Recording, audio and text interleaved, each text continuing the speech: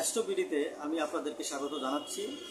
আমি আজকে আপনাদের সঙ্গে যে বিষয়টি নিয়ে আলোচনা করতে যাচ্ছি সেটি হচ্ছে কর্কট রাশিতে কোন গ্রহ কী অবস্থায় থাকলে কী ফল দেয় তা নিয়ে আমার আজকের আলোচনা।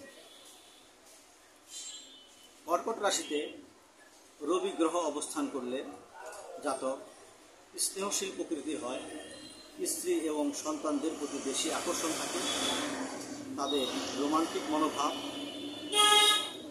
ভ্রমণের ইচ্ছা প্রবল হয়, কিন্তু এদের আবার বাড়ির প্রতি টানটা একটু বেশি থাকে।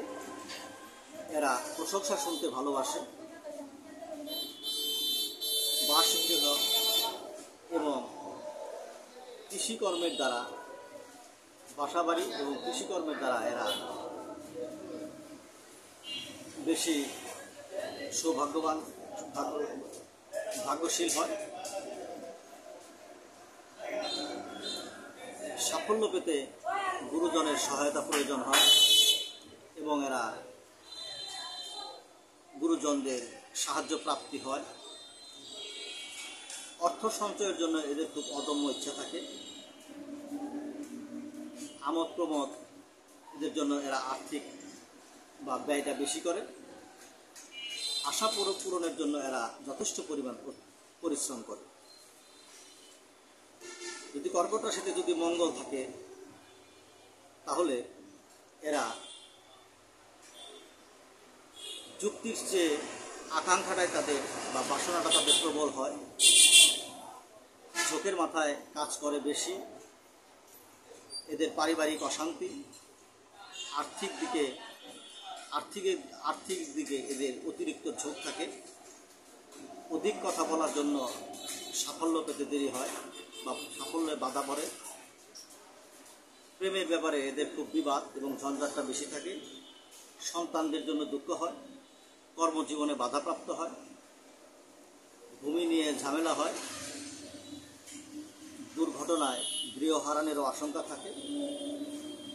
এরা আশাভঙ্গ হয় বেশি। এদের বন্ধুদের সাথে বিরোধ লেগেই থাকে। কর্কট রাশিতে বুধ থাকলে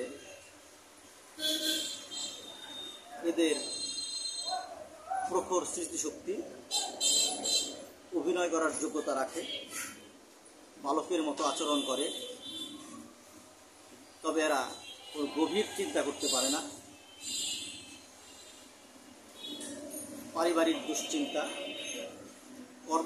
কর্মক্ষেত্রে বন্ধুদের সাহায্য লাভ করে, অংশীজনদের সাথে বা যারা যৌথ কারবার করেন তাদের অংশীজনের সাথে সমস্যা হয়।